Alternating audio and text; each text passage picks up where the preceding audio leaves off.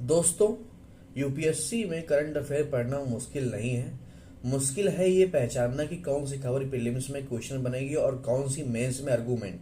तो आज हम बेजन आईएएस की मंथली करंट अफेयर मैगजीन को सिर्फ पढ़ेंगे नहीं, हर इंपॉर्टेंट टॉपिक को यूपीएससी के नजरिए से डिकोड करेंगे। कहाँ से प्रीलिम्स का फैक्ट निकल सकता है, कहाँ से मेंस का एनालिटिकल क्वेश्चन बन सकता है और कहाँ पीवाईक्यू से उसका कनेक्शन है, तो सब कुछ इसी सेक्शन में क्लियर करेंगे।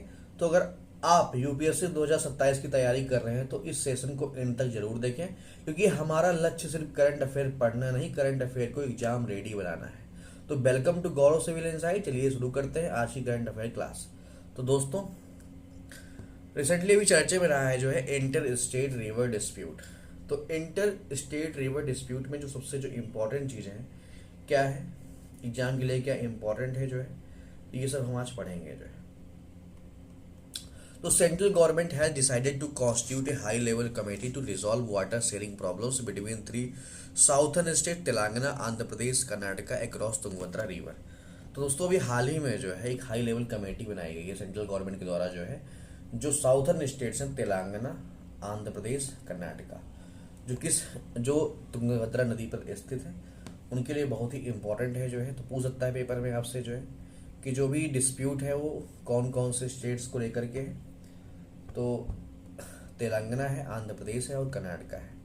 तो ध्यान दीजिएगा, जो किस नदी पे है, तुंगभद्रा नदी पे है, जो कि बहुत ही इंपॉर्टेंट है। About the dispute over Tungabhadra river. तो यहाँ पे एक प्रोजेक्ट है जिसका नाम है अपर भद्रा प्रोजेक्ट। तो अपर भद्रा जो प्रोजेक्ट है कहाँ पे, कर्नाटका पे, located on upstream of the Tungabhadra dam. तो ये तुंगभद्रा डैम पर स्थित है। Karnataka the project faces objection from Andhra and Telangana over water impoundment affecting supplies to downstream canals. Tungabhadra board under overseas project and regulate water supplies to these states in line with order to Krishna water dispute tribunals. तो दोस्तों, सबसे पहले तो हम समझते हैं कि जो है inter state river water dispute क्या होता है। तो दोस्तों, inter state river water dispute, जब एक रिवर एक से ज़्यादा स्टेट से होकर के गुजरती है तो उसके पानी के यूज को लेकर के स्टेट्स के बीच एक डिसएग्रीमेंट हो सकता है। यानी कि कर्नाटक अब स्ट्रीम में डैम बना दे, पानी का फ्लो कम हो, तो डाउन स्ट्रीम तेलंगाना, आंध्र प्रदेश को इरिगेशन के लिए कम पानी मिले, तो क्या हो जाएगा, डिस्प्यूट हो जाएगा। तो इसीलिए ये सिर्फ वाटर इशू नहीं है बल्कि फेडरलिज्म का ही इशू है। तो ध्यान दीजिएगा, यहाँ पे जो तुंगभद्रा रिवर जो डिस्प्यूट है ना, तो तुंगभद्रा रिवर क्या है, तो तुंगभद्रा जो है तुंग प्लस भद्रा नदियों के कन्फ्लुएंस से बनती है। तो ध्यान दीजिएगा, जो तुंगभद्रा जो नदी है वो बनती है जो है तुंग और भद्रा नदियों के संगम से, यानी कि कन्फ्लुएंस से बनती है। और जो इसका ओरिजिन होता है कहाँ से होता है, वेस्टर्न घाट से होता है। और वेस्टर्न घाट से क्यों से स्टेट से होता है, तो कर्नाटका से होता है। ध्यान दीजिएगा, यानी कि तुंगभद्रा जो है शिमोगा रीजन में मिलती है। तो ध्यान दीजिएगा, तुंग और भद्रा कहाँ मिलती है भाई, शिमोगा रीजन में मिलती है। और रिवर जो है मेनली कर्नाटका से फ्लो करती है, आगे कर्नाटका आंध्र प्रदेश बाउंड्री का कुछ हिस्सा बनाती है और फाइनली कृष्णा रिवर की राइट बैंक ट्रिब्यूटरी के रूप में आंध्र प्रदेश में मिलती है। यानी कि जो है तुंगभद्रा जो है फाइनली कृष्णा की राइट बैंक ट्रिब्यूटरी रूप में आंध्र प्रदेश में मिलती है। तो यानी कि जो तुंगभद्रा का जो बेसिन है जो है उसमें जो है हम्पी, होसपेट, कुरनूल, आलमपुर, हरिहरा जैसे इंपॉर्टेंट हिस्टोरिकल रिलीजियस प्लेसेस भी हैं। यानी कि जो है अगर मैं कुछ मेजर ट्रिब्यूटरीज की बात करूं तो जो मेजर ट्रिब्यूटरीज है, लेफ्ट बैंक ट्रिब्यूटरी है वर्धा और राइट बैंक ट्रिब्यूटरी है तुंगभद्रा की जो है वेदावती।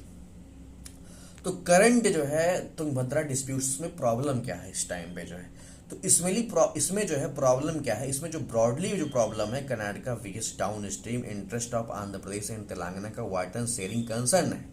यानी कि जो अपर भद्रा जो प्रोजेक्ट है जो है, कर्नाटक का अपर भद्रा प्रोजेक्ट तुंगभद्रा सिस्टम के अप स्ट्रीम एरिया में है। तो चिंता की बात यहाँ पे क्या है कि कर्नाटक अप स्ट्रीम में वाटर इंपाउंड करेगा, यानी कि डाउन स्ट्रीम कैनल्स को अवेलेबल वाटर पर इम्पैक्ट हो सकता है। तो आंध्र प्रदेश और तेलंगाना ने ऑब्जेक्शन रेज किया है। यानी कि जो है यहाँ पे जो है अब स्ट्रीम स्टेट के डिसीजन का डाउन स्ट्रीम स्टेट के वाटर अवेलेबिलिटी पर डायरेक्ट इफेक्ट हो सकता है। तो यानी कि जो है यहाँ पे राजौली बंदा डाइवर्सन जो स्कीम एक थी जो है, ध्यान दीजिएगा आप लोग जो है, यानी कि जिसको बोलते हैं RDS, यानी कि जो है राजौली बंदा डाइवर्जन स्कीम। यानी कि जो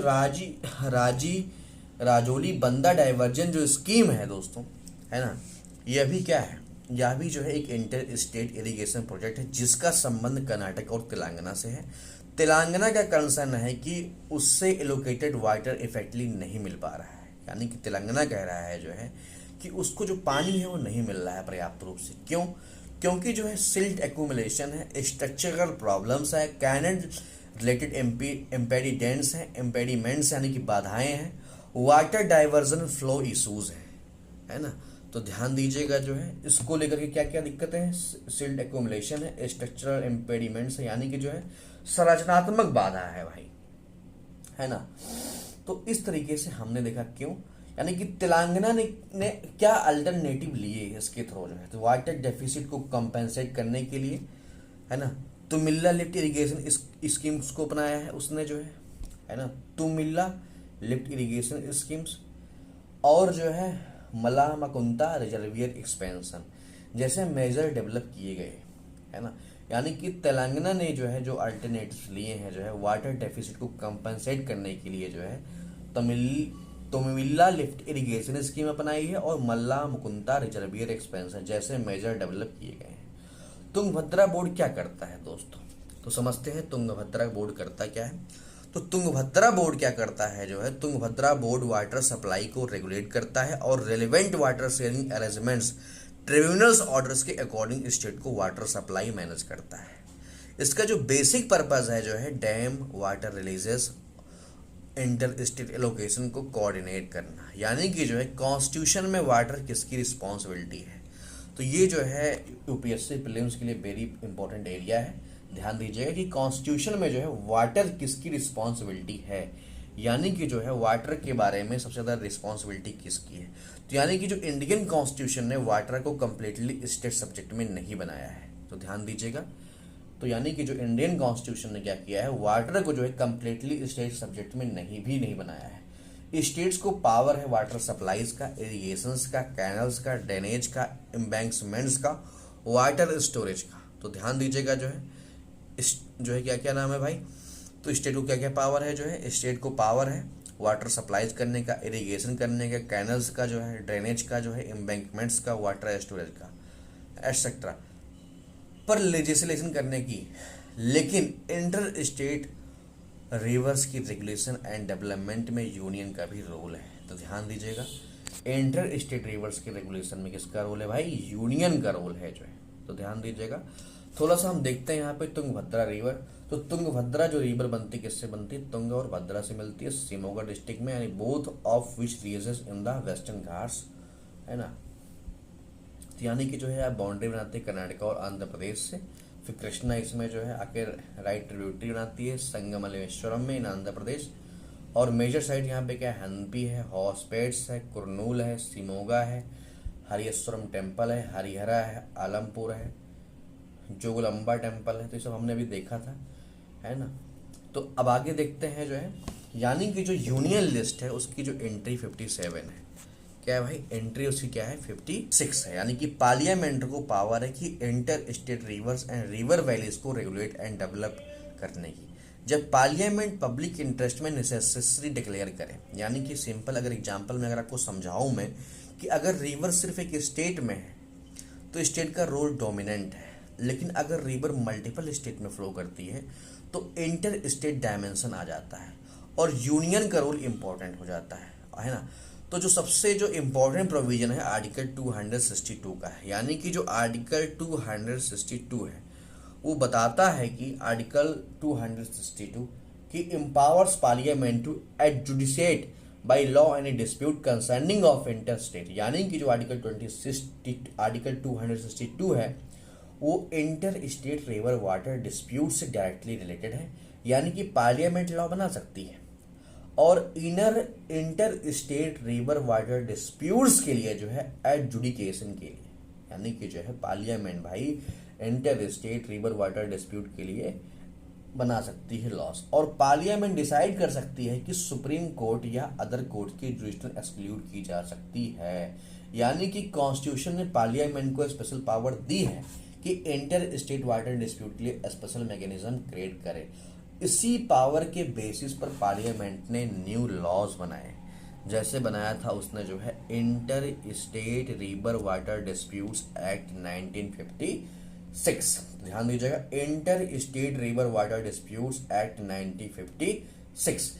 इस एक्ट का ऑब्जेक्टिव है कि स्टेट के बीच रिवर वाटर डिस्प्यूट को ट्रिब्यूनल के थ्रू रिजॉल्व करना। यानी कि ट्रेडिशनली हम कह सकते हैं कि डिस्प्यूट अनरिजॉल्व रहने पर एडहॉक ट्रिब्यूनल कॉन्स्टिट्यूट किया जा सकता है। और 2002 में एक अमेंडमेंट होता है कि ट्रिब्यूनल्स को कॉन्स्टिट्यूट करने के लिए 1 ईयर और ट्रिब्यूनल को अवार्ड देने के लिए 3 ईयर, यानी कि 3 ईयर।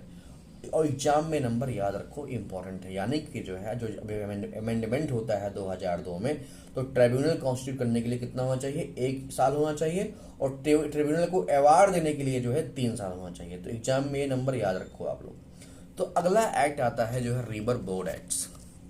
तो रिवर बोर्ड एक्ट में हम पढ़ेंगे जो है इस एक्ट का पर्पस था कि इंटर स्टेट रिवर बेसिन को इंटीग्रेटेड डेवलपमेंट के लिए रिवर बोर्ड्स क्रिएट करना। लेकिन प्रैक्टिकली प्रॉब्लम क्या है, इस एक्ट के अंदर अब तक कोई रिवर बोर्ड एक्चुअली कॉन्स्टिट्यूट नहीं किया गया है, और यानी लॉ एग्जिस्ट करता है बट इम्प्लीमेंटेशन वीक रहा है।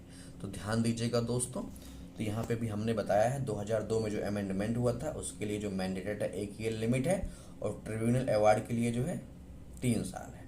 और रिवर जो बोर्ड एक्ट है जो है उसने जो है यूनियन को क्या किया है, जैसा कि हमने बताया जो है ना, तो लॉ तो एग्जिस्ट करता है बट इम्प्लीमेंटेशन वीक रहा है। अब देखते हैं जो है सुप्रीम रोल क्या रहा है। तो ध्यान दीजिएगा दोस्तों, यहाँ से जो है यूपीएससी में एक कॉमन कंफ्यूजन होता है। यानी कि जो है आर्टिकल 262 की वजह से लग सकता है कि वाटर डिस्प्यूट है तो सुप्रीम कोर्ट कुछ नहीं कर सकता। ये कंप्लीटली करेक्ट नहीं है। सुप्रीम कोर्ट जो है प्रोसीजरल और कॉन्स्टिट्यूशनल और लीगल क्वेश्चन पर इंटरवीन कर सकता है। यानी कि जो है सुप्रीम कोर्ट आर्टिकल 131 के तहत सुप्रीम कोर्ट को ओरिजिनल जुरिडिक्शन मिलता है सर्टेन डिस्प्यूट्स, और किसके किसके बीच में जो है यूनियन और स्टेट एंड स्टेट पर सब्जेक्ट टू कॉन्स्टिट्यूशनल रिक्वायरमेंट्स। यानी कि जो है आर्टिकल 31 के तहत जो है सुप्रीम कोर्ट के पास जो है एक ओरिजिनल जुरिस्डिक्शन मिलती है जो यूनियन और स्टेट्स के डिस्प्यूट्स को सॉल्व कर सके। तो ध्यान दीजिएगा, ये भी बहुत ही इंपॉर्टेंट आर्टिकल है। और आर्टिकल जो 36 है भाई, तो आर्टिकल 131 में क्या है, ओरिजिनल जुरिस्डिक्शन है ना। तो ध्यान दीजिएगा, और जो है और आर्टिकल 136, तो आर्टिकल 136 में जो है यानी कि जो है स्पेशल लीव पिटीशन के बारे में बात करता है। यानी कि जो है सुप्रीम कोर्ट जो है स्पेशल लीव पिटीशन के थ्रू ट्रिब्यूनल डिसीजन के अगेंस्ट अपील में भी रोल प्ले कर सकता है, और subject to the statutory constitutional framework and the nature of dispute को लेकर के। तो ध्यान दीजिएगा, यहाँ पे कुछ जुडिशियरी के इंपॉर्टेंट एग्जांपल्स हैं। जैसे भाई state of Orissa of government, state of Orissa versus government of India में बताया है कि कोर्ट ने क्लेरिफाई किया कि जुडिशनल बार को ऐसे सर्कमस्टेंसेस में अप्लाई नहीं किया जा सकता है कि जहां सेंट्रल गवर्नमेंट ट्रिब्यूनल कॉन्स्टिट्यूट करने की स्टैट्यूटरी ड्यूटी को टाइम पर परफॉर्म नहीं करती है। यानी कि इसे सीख क्या मिलती है, गवर्नमेंट अपनी स्टैट्यूटरी रिस्पॉन्सिबिलिटी डिले करके जुडिशियल स्क्रूटनी को कम्प्लीटली अवॉइड नहीं कर सकती है।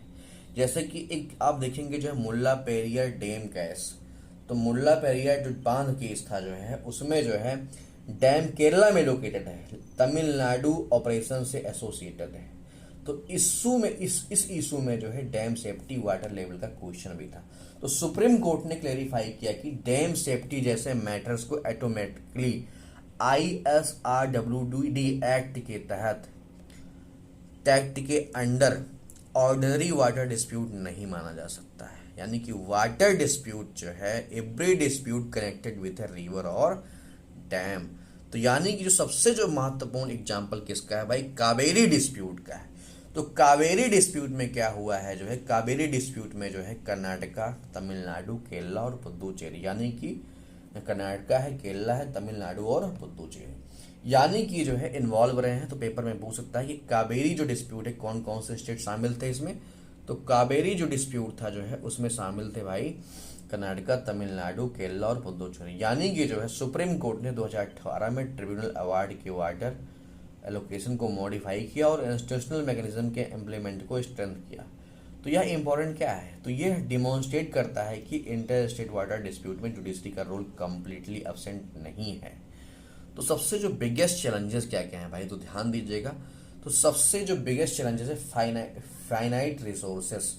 तो फाइनाइट रिसोर्सेज में क्या है दोस्तों, फाइनाइट रिसोर्सेज में जो है इंडिया के पास अप्रोक्सीमेटली जो है 80% वर्ल्ड पॉपुलेशन। कितने परसेंट पॉपुलेशन है भाई, 80%, है ना। और जो है 4% क्या है इसमें जो है वर्ल्ड वाटर रिसोर्स। यानी कि इंडिया के पास जो अप्रोक्सीमेटली 18% वर्ल्ड पॉपुलेशन है, लेकिन सिर्फ around 4% world fresh water resource. यानी कि 4% ही केवल जो फ्रेश वाटर जिसको हम पीते हैं, और जो है 18% वर्ल्ड पॉपुलेशन। ध्यान दीजिएगा, पूरी दुनिया का जो है जो वाटर सिक्रेसिटी है हमारे यहाँ पूरे वर्ल्ड की जो है 80% वर्ल्ड पॉपुलेशन, और लेकिन जो 4% वर्ल्ड जो फ्रेश वाटर है, इसलिए डिमांड बहुत हाई है और रिसोर्स लिमिटेड है। तो सबसे जो बड़ी बात है जो है लैक ऑफ रिलायबल डाटा है।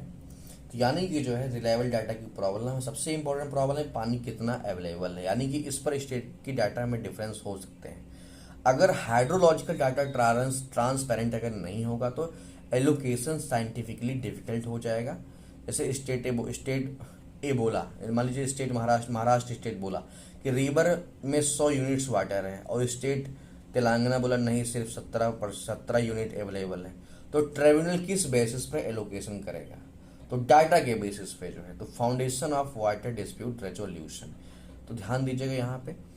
और एक सबसे जो बड़ा चैलेंज आता है जो है डिले इन ट्रिब्यूनल्स। ट्रिब्यूनल्स में क्या होते हैं, डिले होते हैं। तो डिले क्या होता है भाई, तो डिले देखते हैं। डिलेज में क्या क्या है, कॉन्स्टिट्यूशनल ऑफ ट्रिब्यूनल्स, यानी कि जो है ये इंडिया के inter state water dispute mechanism की मेजर वीकनेस है। जैसे कि मान लीजिए गोदावरी डिस्प्यूट देखिए आप, तो गोदावरी जो वाटर डिस्प्यूट था महाराष्ट्र, आंध्र प्रदेश, कर्नाटका, मध्य प्रदेश, उड़ीसा और 1962 ट्रिब्यूनल वाज कॉन्स्टिट्यूटेड 1969। तो यानी कि जो है यहाँ पे जो ट्रिब्यूनल कॉन्स्टिट्यूट हुआ है 1960, यानी कि जो कंसिस्टेंसी है इसको ध्यान दीजिएगा आप लोग जो है। यानी कि प्रॉब्लम इसमें क्या थी जो है, वाटर डिस्प्यूट का सॉल्यूशन जब डिकेड्स बाद आए तब ग्राउंड रियलिटी चेंज चुकी होती है। तो यानी कि ध्यान दीजिएगा डिले से इतना नुकसान हो जाता है। उसके बाद क्या है भाई, उसके बाद जो है अवार्ड इम्प्लीमेंटेशन प्रोग्राम जो है प्रॉब्लम है इम्प्लीमेंट, यानी tribunal award final and binding हो सकता है, लेकिन प्रैक्टिकली इम्प्लीमेंटेशन एक चैलेंज है। तो ध्यान दीजिएगा दोस्तों, अगर स्टेट ट्रिब्यूनल का डिसीजन प्रॉपरली इम्प्लीमेंट ना करे तो इमीडिएट इन्फोर्समेंट मैकेनिज्म कितना इफेक्ट है। तो इसी वजह से जो है कंटेम्प्ट प्रोसीडिंग्स होती हैं, जुडिशियल इंटरवेंशन होता है, पॉलिटिकल कन्फ्रंटेशन होते हैं, जिससे सिचुएशन अराइज होती है। तो जो सबसे जो एक इम्पॉर्टेंट आता है जो है महादायी डिस्प्यूट्स। तो महादायी जो डिस्प्यूट्स आता है जो है इसमें गोवा, महाराष्ट्र और कर्नाटका होते हैं। गोवा, महाराष्ट्र, कर्नाटका। तो महादायी वाटर जो डिस्प्यूट्स है जो में ट्रिब्यूनल डिसीजन के बाद भी इम्प्लीमेंटेशन लेकर को कन्फ्लिक्ट रहा। तो इससे एक इम्पॉर्टेंट पॉइंट मिलता है कि अवार्ड देना और अवार्ड इम्प्लीमेंट करवाना दोनों अलग अलग चैलेंजेस हैं। तो ध्यान दीजिएगा दोस्तों, बहुत ही इंपॉर्टेंट है। महादायी हो गया। अब देखते हैं स्टेक होल्डर पार्टिसिपेशन की प्रॉब्लम्स। यानी कि जो स्टेक होल्डर्स हैं जो है, स्टेक होल्डर्स में क्या है, तो स्टेक होल्डर्स से नर्मदा डिस्प्यूट होता है। जो नर्मदा डिस्प्यूट में क्या होता है कि नर्मदा डिस्प्यूट में जो है ट्रिब्यूनल एलोकेशन और डैम रिलेटेड फ्रेमवर्क के साथ लार्ज स्केल सोशल और इन्वायरमेंटल कंसर्न्स भी इमर्ज हुए हैं।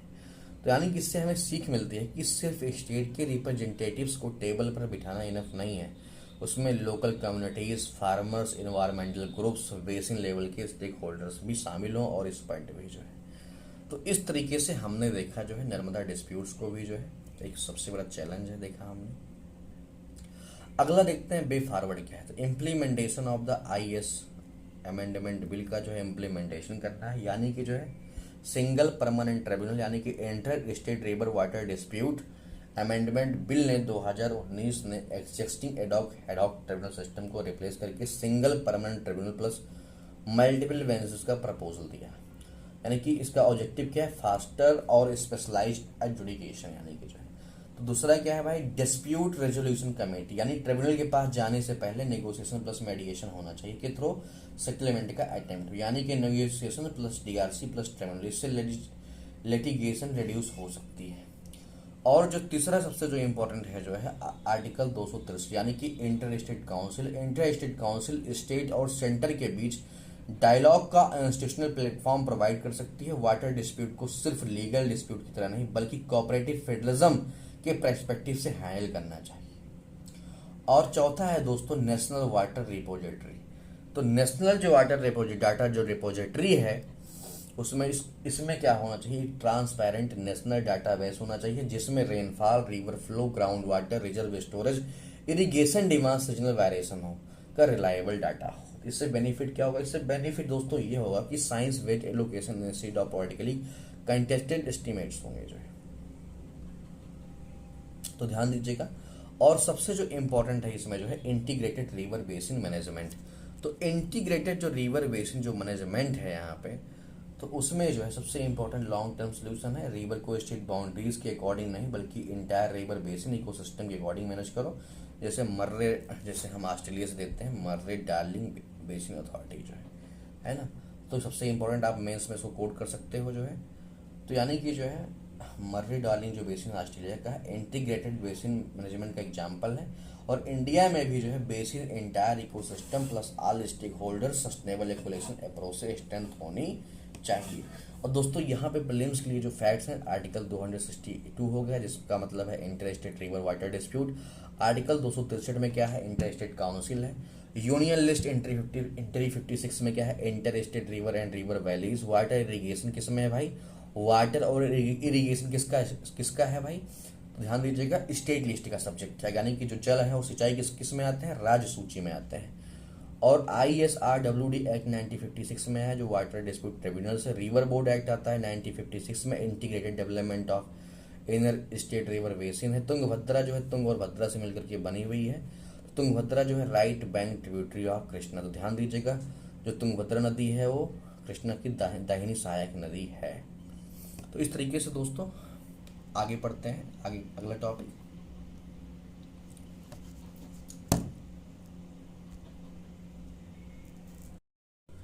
दोस्तों अगला टॉपिक है UK parliamentary system comparison with India, यानी कि जो है यूके पार्लियामेंट्री सिस्टम की जो है इंडिया से तुलना की गई है।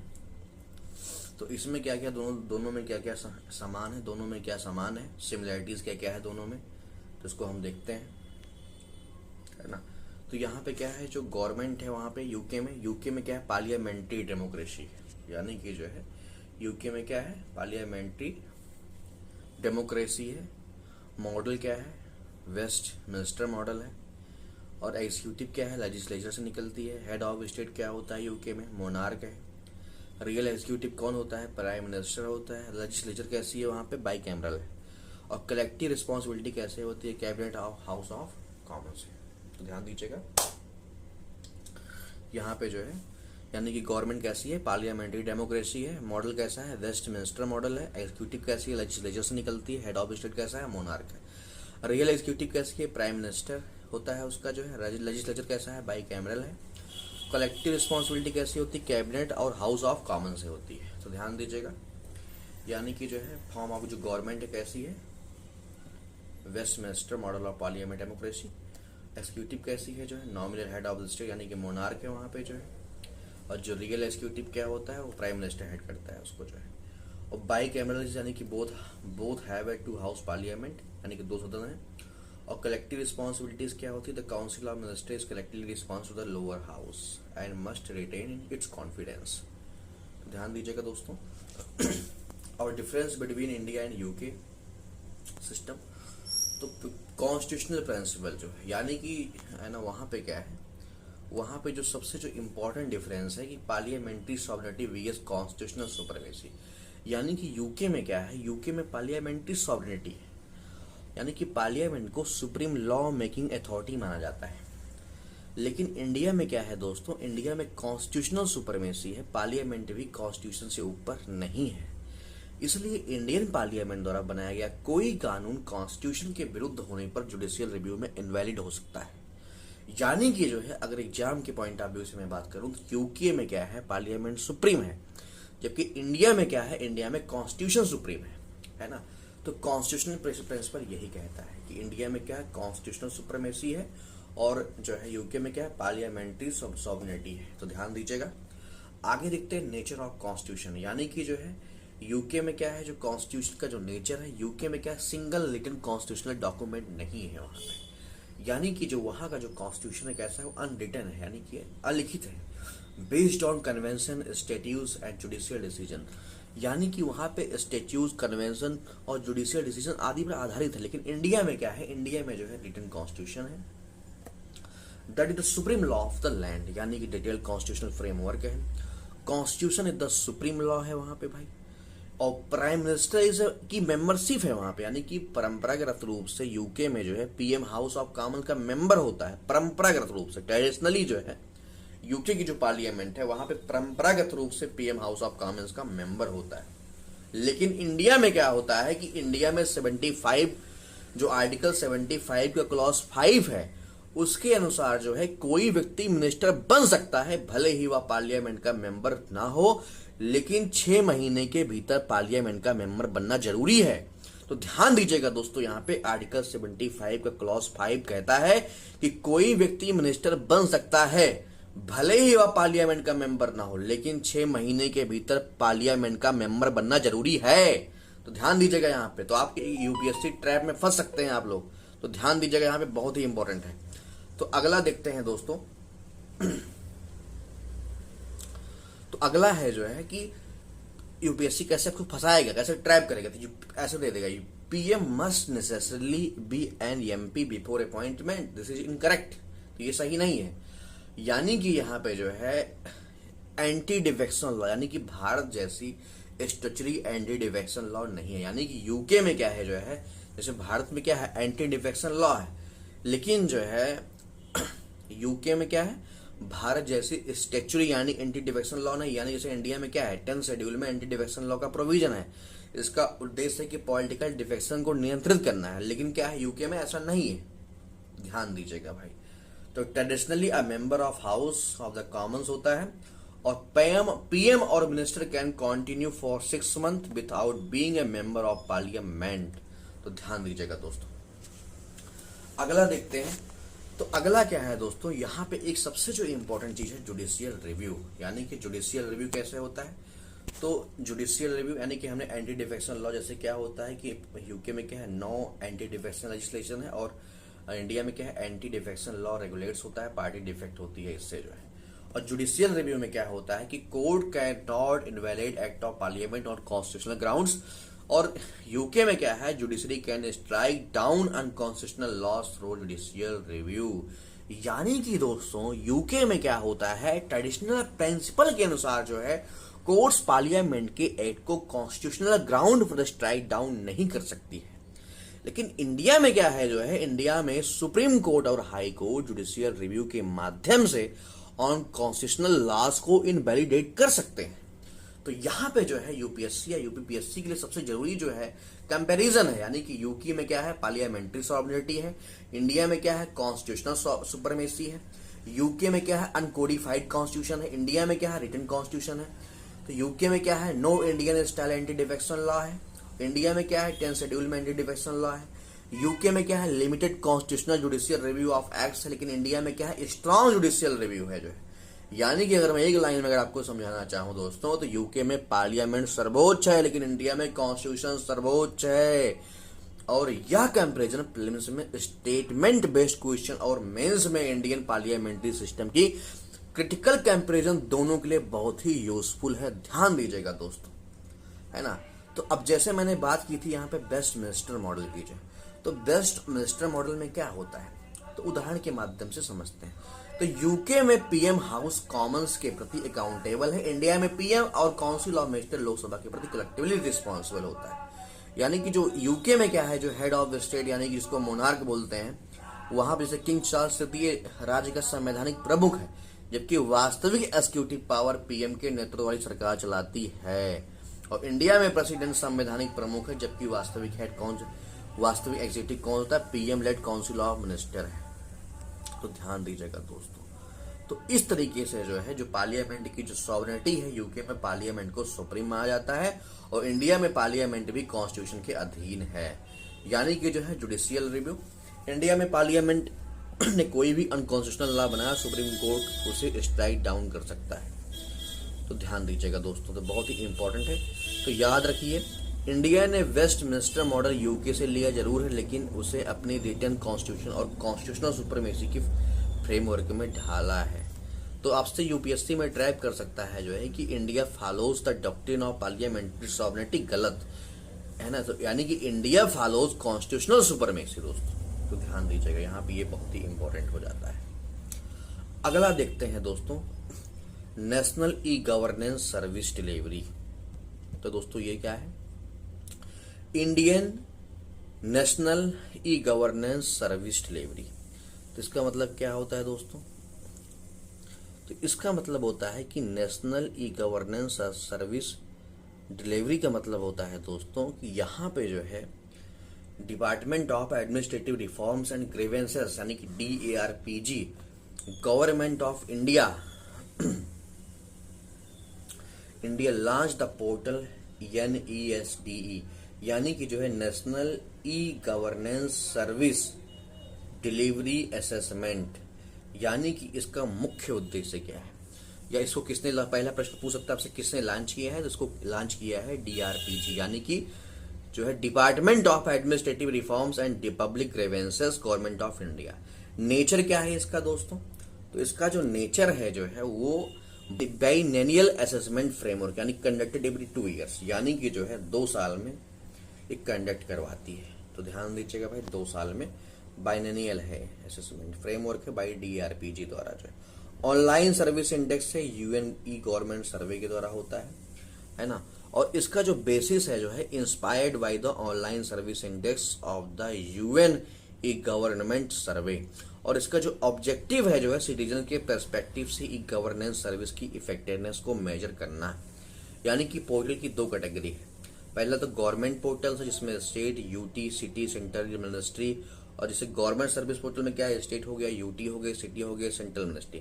तो इसमें क्या करते हैं, असेसमेंट पैरामीटर्स होता है, यानी कि NESDA मेनली देखता है कि ऑनलाइन गवर्नमेंट सर्विसेज अवेलेबिलिटी, जैसे अवेलेबिलिटी की बात करता है, सर्विस ऑनलाइन अवेलेबल है या नहीं है।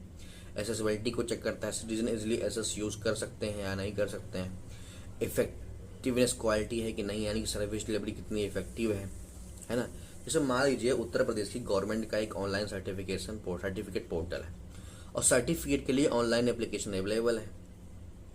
तो मोबाइल से इजिली वेबसाइट ओपन और यूज हो जाए, इसी को कहते हैं एसेसिबिलिटी। और एप्लीकेशन एफिशिएंटली प्रोसेस होकर के सर्टिफिकेट मिल जाए, इसे कहते हैं इफेक्टिव सर्विस डिलीवरी। तो यानी कि जो है यहाँ पे जो NESDA है उसने क्या किया है, इसको जो है किसने लॉन्च किया है जो है, तो DARPG जो है तो पोर्टल है, इसको जो है या DRPG ने लॉन्च किया है। तो ध्यान दीजिएगा भाई, तो समझ में आ गया होगा। अगला देखते हैं दोस्तों कि दिशा, यानी कि designing innovative solution for holistic access to justice. यानी कि दिशा क्या है भाई, है ना। तो दिशा जो है दोस्तों, दिशा जो है designing innovative solution for holistic access to justice. यानी कि दिशा क्या है, तो दिशा दोस्तों जो है बहुत ही इंपॉर्टेंट है, एग्जाम के पॉइंट ऑफ व्यू से जो है इसको हम देखते हैं, आसान भाषा में समझेंगे इसको। यानी कि दिशा जो है seeks to expand access to justice by irrigating legal aid, legal awareness and pro bono service with digital and AI enabled delivery system. Disha builds, यानी कि दिशा जो है इसका पूरा नाम पूछ सकता है पेपर में आपके, दिशा 2.0, यानी कि designing innovative solution for holistic access to justice. तो इसका पूरा नाम जो है बहुत इंपॉर्टेंट है, एग्जाम में आ सकता है कि designing innovative solution for holistic assessment to justice, है ना। इसका जो मुख्य उद्देश्य क्या है दोस्तों, कि हर व्यक्ति तक न्याय की पहुंच को आसान बनाना, एक्सेस टू जस्टिस, खासकर गरीब और वंचित लोगों के। तो पहला प्रश्न आपसे पूछ सकता है कैसी स्कीम है, तो या कैसी स्कीम है भाई, सेंट्रल सेक्टर स्कीम। तो ध्यान दीजिए कैसी स्कीम है, सेंट्रल सेक्टर स्कीम है और department of justice, ministry of law and justice इसको इम्प्लीमेंट एजेंसी है। ध्यान दीजिएगा। और इसकी जो अवधि 1 अप्रैल 2026 से लेकर के 31 मार्च 2031 तक है, जो कि बहुत इंपॉर्टेंट है। 5 ईयर का ड्यूरेशन है जो है ना। यानी कि जो है इसका जो मुख्य फोकस है लीगल एड देना, लीगल अवेयरनेस फैलाना, प्रो बानो सर्विस देना, डिजिटल एआई, है ना। और दिशा जो 2.0 के जो मुख्य 4 कंपोनेंट है, पहला जो है टेली लॉ है। तो टेली लॉ में बताया गया है कि लोगों का मुकदमा शुरू होने से पहले मुफ्त कानूनी सलाह उपलब्ध करवाना, यानी कि लगभग 2.5 लाख कॉमन सर्विस सेंटर के माध्यम से। जैसे क्या होता है, गांव में किसी व्यक्ति को जमीन हो गया, पारिवारिक विवाह से संबंधित कानूनी सलाह चाहिए मान लो, है ना। जैसे मान लीजिए गांव में किसी व्यक्ति को जमीन, पारिवारिक विवाह से संबंधित कानूनी सलाह चाहिए तो CSC के माध्यम से, यानी कि कॉमन सर्विस सेंटर के माध्यम से लॉयर से कंसल्टेशन मिल सकती है। तो ध्यान दीजिए, यानी कि टेली लॉ का मतलब क्या है, free pre litigation legal advice. उसके बाद क्या है, न्याय बंधु है। तो न्याय बंधु क्या करता है दोस्तों, तो न्याय बंधु का जो मुख्य उद्देश्य है जो है कि प्रो बोनो लीगल सर्विस को बढ़ावा देना। प्रो बोनो मतलब क्या होता है, बिना शुल्क के कानूनी सहायता, यानी कि बिना जो है शुल्क की कानूनी सहायता, यानी कि जो है यह ऐसे वंचित नागरिकों को लॉयर से कनेक्ट करता है जो लीगल सर्विस अथॉरिटीज एक्ट 1987 के तहत लीगल असिस्टेंट के पात्र हैं। यानी कि अगर मैं आपको एक उदाहरण से समझाना चाहूं दोस्तों, तो गरीब व्यक्ति किसी कानूनी विवाद में है और लॉयर की फीस देने में सक्षम नहीं है, तो एलिजिबल होने पर उसे प्रो बानो लॉयर से जोड़ा जा सकता है। यानी कि श्याम नाम का व्यक्ति है जो कि गरीब है, लॉयर की फीस देने में सक्षम नहीं है, तो एलिजिबल होने पर उसे प्रो बोनो लॉयर से जोड़ा जा सकता है। और जो है यहाँ पे जो एक्ट है लीगल सर्विस अथॉरिटीज एक्ट 1987, तो इसमें ये बात बताई गई है, ध्यान दीजिएगा। अगला टॉपिक देखते हैं भाई। अगला जो यहाँ पे बात किया गया है legal literacy and awareness programme, यानी कि LLAP। तो LLAP की बात की गई है। तो LLAP में जो है क्या बताया गया है, LLAP में बताया गया है दोस्तों कि जो है कि इसका जो उद्देश्य है लोगों को उनके कानूनी अधिकारों और कानूनों के बारे में जागरूक करना, यानी separates legal awareness and literacy through partnerships with ministers department civil society organisation. तो ध्यान दीजिएगा, यहाँ पे जो है इसका उद्देश्य है लोगों को उनके कानूनी अधिकारों और कानूनों के बारे में जागरूक करना। इसके लिए जो मिनिस्ट्रीज हैं, डिपार्टमेंट है, सिविल सोसाइटी ऑर्गेनाइजेशन है और अन्य संस्थाएं हैं, ये साथ पार्टनरशिप की जाती है। यानी कि people should know their right before they can effectively exercise them. उसके बाद एक है विधि जो है, विधि का मतलब क्या है कि विधि का मतलब होता है कि vision for integrated delivery of harmonised legal initiative Sanjeevani. यानी कि जो है इसका जो फुल फॉर्म है vision for integrated delivery of harmonised legal initiatives. यह एक सेंट्रलाइज्ड लीगल डिजिटल प्लेटफॉर्म है जिसका उद्देश्य विभिन्न लीगल इनिशिएटिव्स को एकत्रित करके उनकी डिलीवरी को अधिक एफिशिएंट बनाना। तो दोस्तों आशा करता हूं कि ये आपको समझ में आया होगा। दोस्तों अगला टॉपिक है राइट टू ट्रोमा केयर। तो दोस्तों राइट टू ट्रोमा केयर को हम आसान भाषा में समझेंगे और सबसे जो इम्पोर्टेंट बात है इसमें जो है save Life Foundation versus union of India case. यानी कि जो है save Life foundation of India union of India case में सुप्रीम कोर्ट ने रिकॉग्नाइज किया है राइट टू ट्रोमा केयर, यानी कि जो है right to trauma as a integral part of right to life under article 21। तो दोस्तों सुप्रीम कोर्ट ऑफ इंडिया ने Save Life Foundation versus union of India मामले में माना कि समय पर ट्रोमा इमरजेंसी मेडिकल केयर प्राप्त करना आर्टिकल 21 के राइट टू लाइफ का हिस्सा है। और ट्रोमा केयर क्या है, एक्सीडेंट या गंभीर चोट के बाद तुरंत मिलने वाली इमरजेंसी मेडिकल ट्रीटमेंट को ट्रोमा केयर कहते हैं।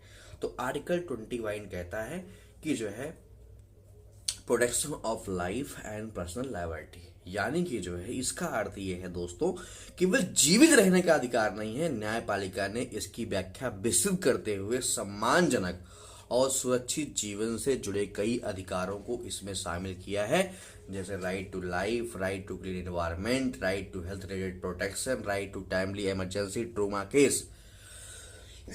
और इसमें जो है सुप्रीम कोर्ट के महत्वपूर्ण निर्देश भी हैं।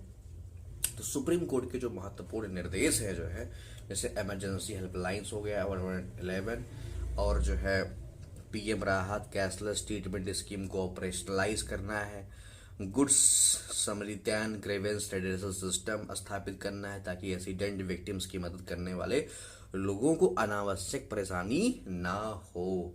तो ध्यान दीजिएगा दोस्तों, India annually records nearly 4.67 lakh accidental death according to NCRB, यानी कि भारत में हर साल लगभग 4.67 लाख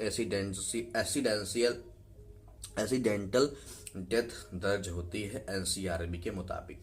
और लॉ कमीशन के अकॉर्डिंग जो है, जो लॉ कमीशन की जो रिपोर्ट है 21 लॉ कमीशन 21st रिपोर्ट में कहा गया है कि टाइमली मेडिकल इंटरवेंशन से रोड क्रैश फैटेलिटीज का बड़ा हिस्सा रोका जा सकता है। तो ध्यान दीजिएगा। और नीति आयोग की जो रिपोर्ट है वो कहती है कि AIIMS emergency and injury care report 2021 के अनुसार इमरजेंसी केयर में देरी ट्रोमा रिलेटेड डेथ को बढ़ाती है।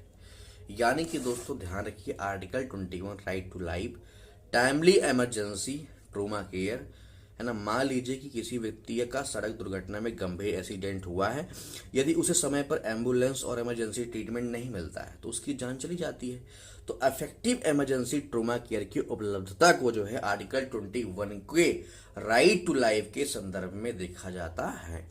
यानी कि right to life is not merely a right against physical extensions, it also required to state to facilitate timely emergency care necessary to protect life. यानी कि आर्टिकल 21 का राइट टू लाइफ तभी meaningful है जब गंभीर दुर्घटना की स्थिति में व्यक्ति को समय पर इमरजेंसी ट्रोमा केयर मिल सके। तो अगला टॉपिक है राइट टू बी फॉरगेटन।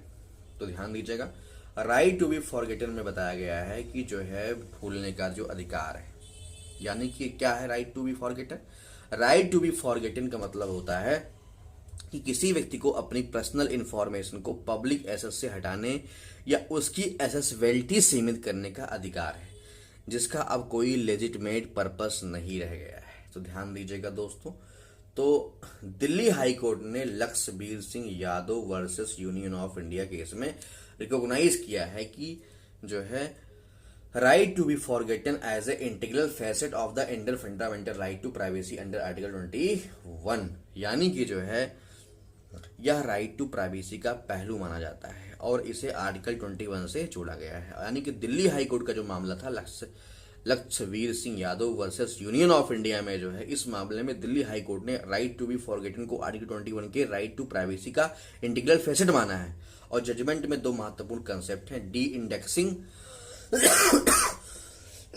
और मास्किंग। तो ध्यान दीजिएगा, डी इंडेक्सिंग है और मास्किंग है। सबसे पहले समझते हैं डी इंडेक्सिंग क्या होता है।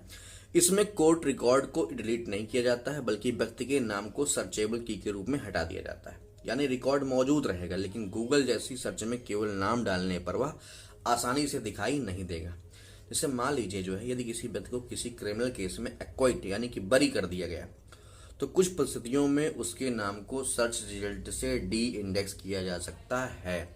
और मार्क्सिंग का मतलब क्या होता है दोस्तों? इसमें जुडिशियल रिकॉर्ड में व्यक्ति के नाम और पर्सनल आइडेंटिफायर को न्यूट्रल लेवल से रिप्लेस किया जाता है, जैसे नाम की जगह एक्स या पर्सन ए लिखना। अब बात समझ में आ गई होगी। तो यानी कि जो है डी इंडेक्सिंग कुछ मामलों में लागू नहीं होगी, जैसे वोमेन संबंधित केसेस में हो गया, चिल्ड्रन संबंधित केसेस हो गए, बीच ऑफ पब्लिक ट्रस्ट से संबंधित केसेस हो गए जो है। तो ध्यान दीजिएगा, एंड वोमेन हो गए, चिल्ड्रन हो गए, है ना। तो वहां पे क्या होता है, अप्लाई नहीं होगा।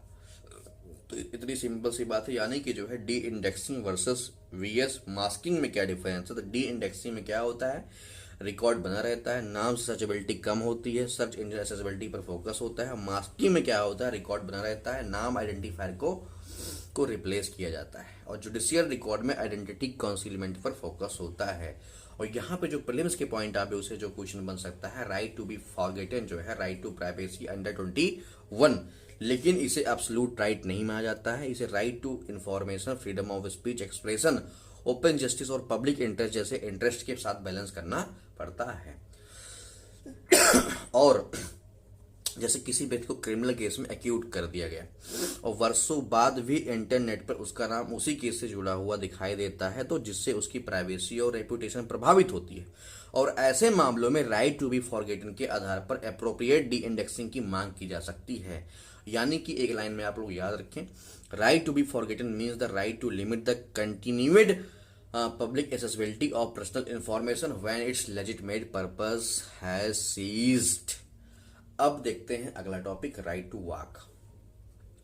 तो राइट टू वॉक में क्या बताया गया है? राइट टू वॉक में बताया गया है कि सुप्रीम कोर्ट का जो है केस है, जो है मेनियार लियाज वर्सेस शेख रियाज अपियन और had right to walk on सिर्फ।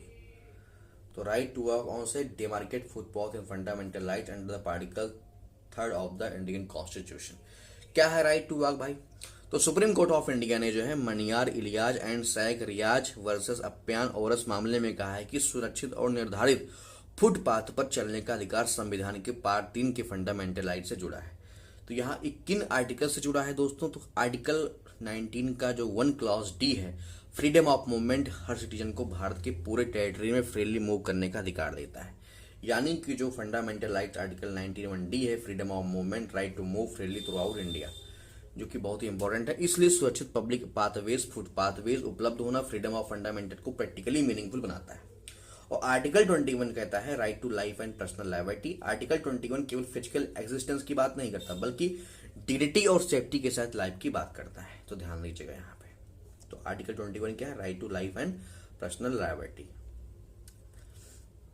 अब इट आल्सो लिंक्ड टू, तो आर्टिकल जो 19(1) क्लास है, जो है उसमें बताया गया है कि कैसे जो है right to walk indirectly in freedoms को भी फैसिलिटेट करता है। यानी कि आर्टिकल 19(1) की क्लॉज ए में क्या है? फ्रीडम ऑफ स्पीच है और एक्सप्रेशन है, यानी कि सड़क सार्वजनिक स्थानों तक सुरक्षित पहुंच से एक्सप्रेशन और पब्लिक पार्टिसिपेशन संभव होती है। और आर्टिकल 19(1) के क्लॉज बी में बताया गया है पीसफुल असेंबली विदाउट आर्म्स। तो आर्टिकल 19 क्लॉज बी में बताया गया है, ध्यान दीजिएगा। आर्टिकल 19 क्लॉज बी में फ्रीडम ऑफ स्पीच, असेंबली, और आर्टिकल 19 क्लॉज सी में बताया गया है freedom to form of association, यानी कि जो है सुरक्षित पब्लिक स्पेसेस तक पहुंच पीसफुल असेंबली के लिए आवश्यक है। और आर्टिकल 19(1) क्लॉज सी में बताया गया है कि freedom of associations, unions, cooperative societies, लोगों को कलेक्टिव एक्टिविटीज और एसोसिएशन में भाग लेने के लिए मोबिलिटी चाहिए। यानी कि मान लीजिए जो है किसी शहर में फुटपाथ पर दुकानों, पार्किंग या अन्य अतिक्रमण के कारण पेडेस्टेरियंस को बिजी रोड पर चलना पड़ता है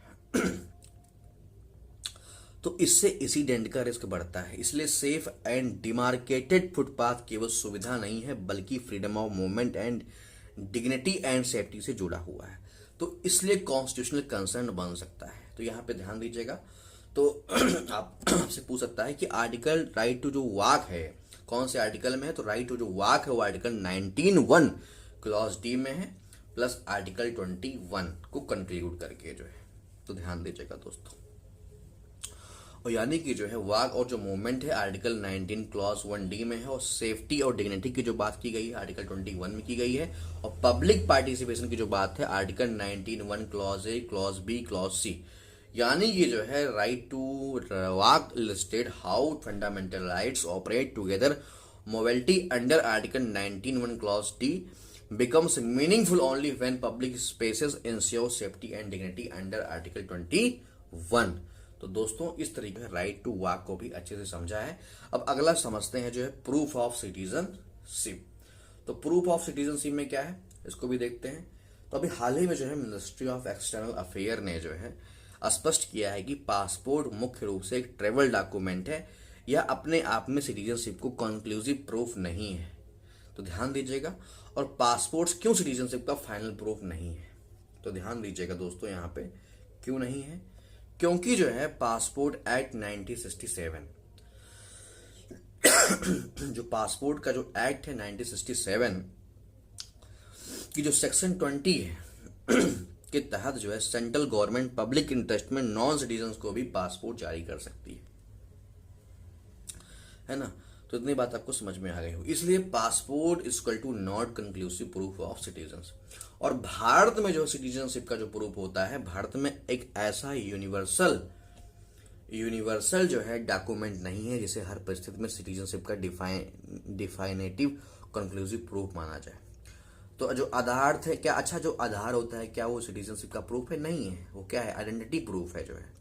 Aadhaar equal to not citizenship proof, यानी कि आधार यह बताता है कि व्यक्ति कौन है, उसकी आइडेंटिटी क्या है। इससे यह कंक्लूसिवली एस्टेब्लिश नहीं होता है कि वह भारतीय नागरिक है ना। दूसरी चीज होता है इलेक्टोरल रोल। तो इलेक्टोरल जो रोल होता है दोस्तों, उसमें क्या होता है, उसमें जो है नाम होना सिटीजनशिप की प्रीसम्पशन पैदा करता है, लेकिन यह कंक्लूसिव प्रूफ नहीं है।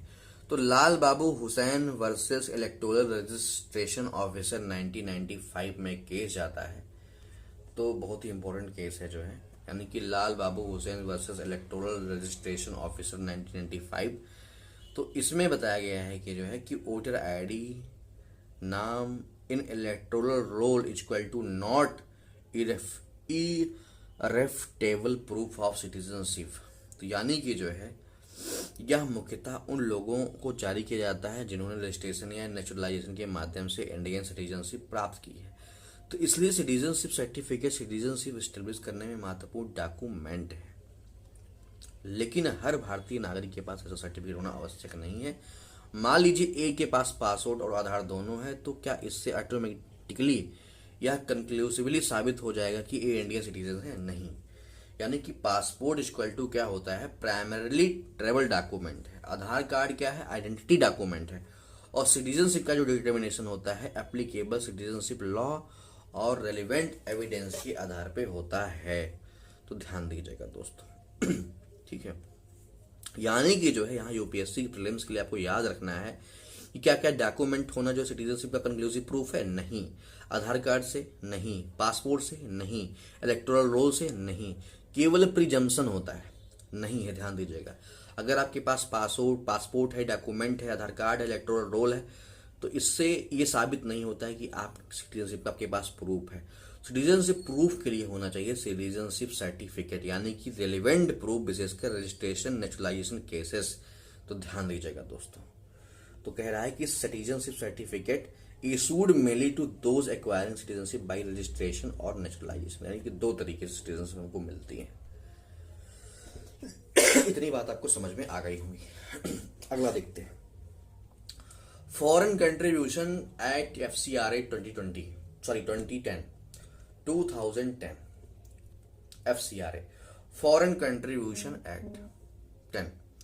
देखो दोस्तों, इसमें क्या बताया गया है, इसमें जो FCRA 2010 जो है एक ऐसा कानून है जो भारत में फॉरेन कंट्रीब्यूशन यानी कि विदेशी धन और फॉरेन हॉस्पिटलिटी की रिसिप्ट तथा यूटिलाइजेशन को रेगुलेट करता है।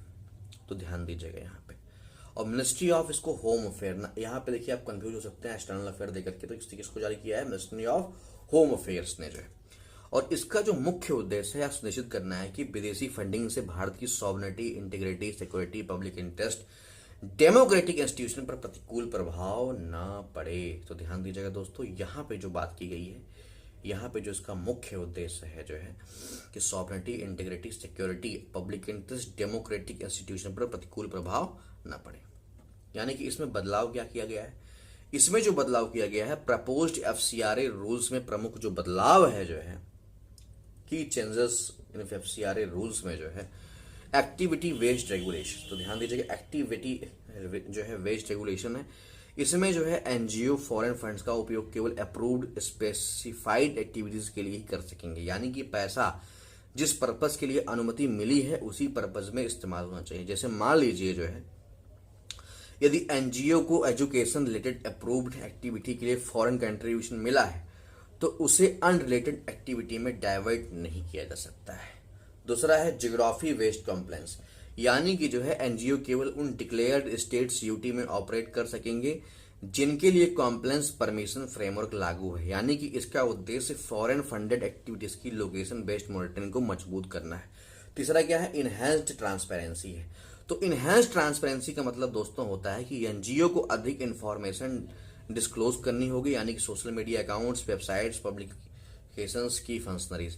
इससे गवर्नमेंट को NGO की एक्टिविटीज और डिसीजन मेकर्स की बेहतर निगरानी करने में मदद मिलेगी। अगला क्या है, रिलीजियस एक्टिविटीज। तो यानी कि रिलीजियस जो एक्टिविटीज है उसमें दोस्तों जो है ना कि जो रिलीजियस एक्टिविटीज क्या है पूरी तरह से प्रोहिबिटेड नहीं है, लेकिन प्रपोज्ड फ्रेमवर्क में प्रोसेलेस्टेस्टियन यानी कि रिलीजियस कन्वर्सन रिलेटेड एक्टिविटीज को एक्सप्लिसिटली प्रोहिबिट किया गया है। तो इसलिए यहाँ पे ध्यान दीजिएगा कि ब्लिम्स के जो है दृष्टिकोण से जो है religious activity equal to not automatically prohibited और प्रोसेलेस्टेसिएशन जो है प्रोहिबिटेड अंडर प्रपोज्ड रूल्स। यानी कि अगला देखते हैं दोस्तों, यानी कि की फंक्शन क्या है इसमें, जो की फंक्शन डेफिनेशन में क्या है।